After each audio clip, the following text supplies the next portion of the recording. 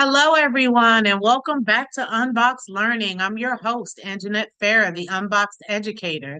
This is where we think freely, teach boldly, and lead differently. So, today, as we continue on our series where we were talking about the hidden costs of ignoring school culture, today we're going to take a focus on from compliance to connection, the leadership shift that we need. Because this topic has been on my heart, professional development. Specifically, how do we move from compliance-based PD to coaching and connection that truly transforms culture? So some of the key talking points today will be the difference between teachers who embrace coaching and those who appear compliant but resist. How leadership responses can either reinforce compliance or drive growth.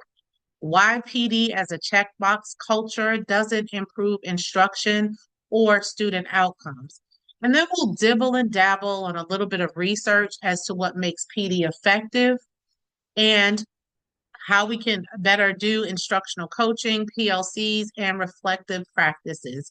And then we'll look at a couple of practical steps to shift from compliance to connection and professional learning. And then, of course, we'll end with a reflection challenge for school leaders. So, welcome. Let's get into it.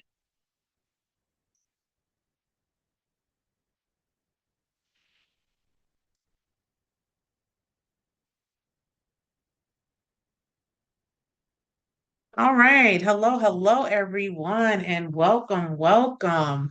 So, again, I am Anjanette Farrar, also known as the Unboxed Educator. And today we're going to talk about effective teacher professional development. We're going to talk a little bit about research on how instructional coaching and its impact on teacher effectiveness and student learning. So, professional learning communities or PLCs and their frameworks, and then also a little bit on the transformative learning theory by Mesereau. Okay.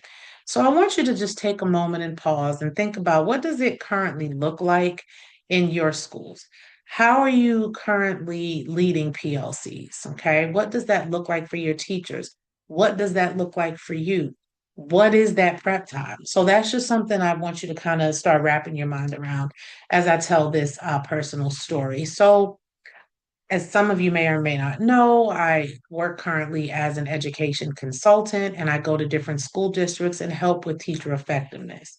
So, I've been working with a specific organization supporting that teacher effectiveness, and this is what I have noticed.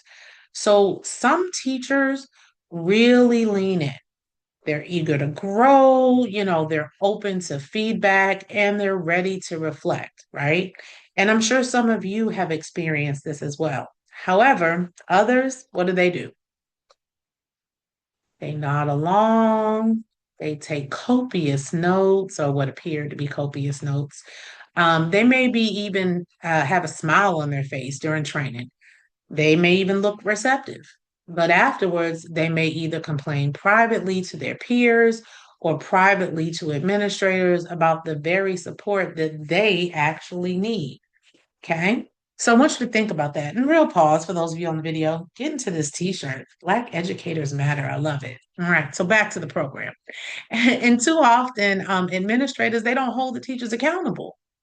Instead, they shift that frustration back on to the individuals that are trying to support the teachers, whether it's a consultant or an instructional coach. So, again, I want to pause because I have to ask, how is that helping kids?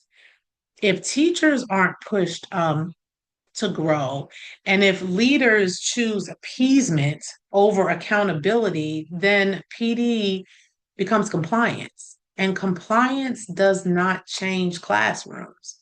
We may think it does because it's easier to check the boxes when we go to different classrooms if everything is uniform. But in reality, it does not help the students at all. The teachers are unable to model what autonomy looks like for them, and then they're unable to give it to students. Okay, so that's just something to think about. So when we get into this, here's the core problem. PD has too often become a culture checkbox. So what do I mean by culture checkbox? We're going to do this on this day, this on that day. There's no checks and balance to see or gauge the effectiveness of any type of PLCs or PDs. So teachers attend sessions. They sign the roster, maybe they even complete an exit slip, and leaders feel like they've done PD. No, there's something missing here. So what is missing? Anybody know? Think for a second. Okay. I was gonna say which one of these kids is doing his own thing. Even from the old school shows we used to watch as kids. But what is missing? You have relevance, you have connection, and then you have follow-up. So PD without those elements are just another loop. Okay. And hoop jumping does not inspire better instruction. Okay. All it does is frustrate your teachers, add to gossip in the grapevine. Every school has it. We cannot deny that fact. And if it's with a new teacher, and those are the ones that can be concerning, they're starting off in a situation where they're not within the best culture, and that does carry on throughout their career. So I want you to think about this. Let's ground this in a little bit of research because this isn't just my opinion. So in 2017, Darling and Hammond found that effective professional learning has several hallmarks. Okay. Number one, it's content focused. Two, there's some evidence of it being sustained over time. It incorporates active learning and it's collaborative. One-off workshops do not work, sustained coaching does. And too often there'll be this new tech or this new resource, and we'll push all the teachers into a space. And if we can either do it via Zoom or online. And in doing that, it's saying, hey, we got it done, but then there's no follow-up. Okay. So research on coaching confirms this. When coaching is ongoing and connected to daily instruction, teacher effectiveness grows and student outcomes follow. Okay, they just do. So then let's get into those professional learning communities, or as we call them in education, PLCs. They also can show promise. When teachers collaborate around real problems of practice, not just sit in meetings, both culture and instruction improve. Professional learning communities, again, or PLCs, are frameworks designed to bring educators together in ongoing cycles of collaboration and reflection. At their core, PLCs focus on three big ideas, okay? So, ensuring learning for all students, and this will probably be another podcast on another day, but all students on every end of the spectrum, building a culture of collaboration. And of course, you cannot get away from it. You must use data and evidence to drive continuous improvement. But without evidence of sustainability over time, what data are you using? So instead of working in silos, teachers engage in collective inquiry, asking questions about what students need to learn, how to measure that learning, and what to do if students aren't meeting expectations. So again, research shows that effective PLCs not only improve teacher practice, but also strengthen school culture by creating a shared responsibility and ultimately trust. So one thing I know, and we'll tell this to teachers all the time, if your students, if they don't trust you, they can't learn from you. And that goes for adults. I don't know how we lose that point and get away from that as we become adults and start working and working with children. Teachers need the same supports. Okay. They need to have some level of shared responsibility and trust, not only with their peers, but also with leadership.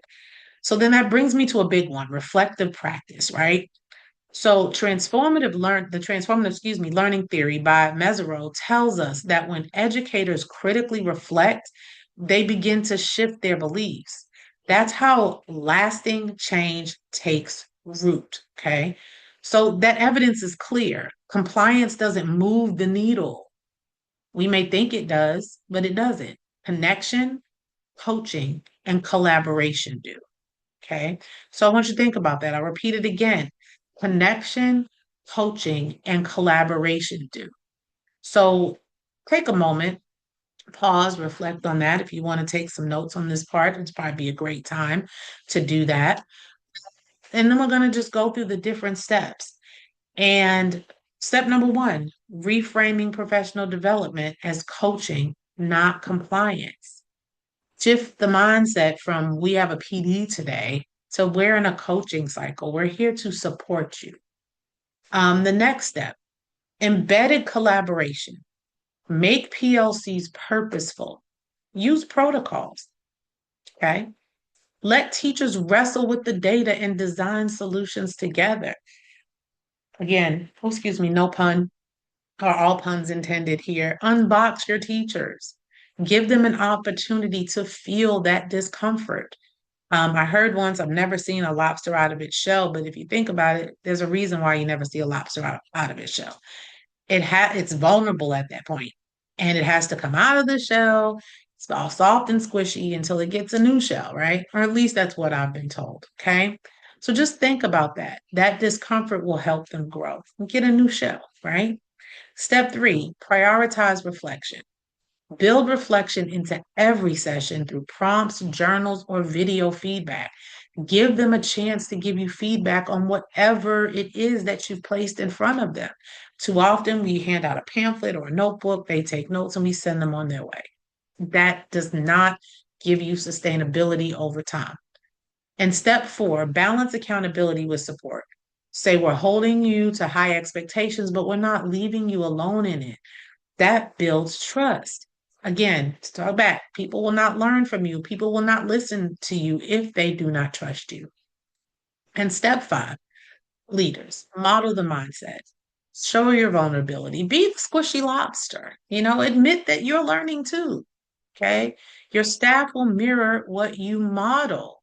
And the best example I can give for that is one of the tools that we use with one of the organizations I work with is the Hattie effect size. Y'all, I didn't know what a Hattie effect size was. I raised my hand. What is that? What does this mean? And then I also had to do my own work and learn about what that is so I can use the process that this organization wants to use to support teacher effectiveness. That's what it looks like. I had to learn too in order to support. So, what do you need to learn? So that brings me to let's reflect, together. Where is your PD culture right now? Is it leaning towards compliance or connection? And here's the challenge. What's one practice you can drop this month that's just compliance? I know you have at least one. Hopefully it's just one, but let's just keep it a buck, okay? Safe space. And what's one practice you can add that builds connection? Okay. How can you connect your staff? And depending on if you have a new staff, new administrators, or a cultured and seasoned staff, all of this matters to bring everyone together. So PD isn't a checklist, it's culture. When we shift from compliance to connection, we shift from appeasement to growth. And that's when teachers thrive and students win. So, if this episode spoke to you, I'd love for you to subscribe and share it. I can't talk today. Sorry about that, guys.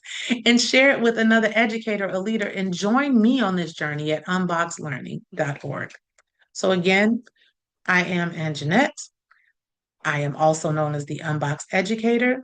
Thank you for tuning in. And remember to think freely, teach boldly, and lead differently. Unboxed Educator.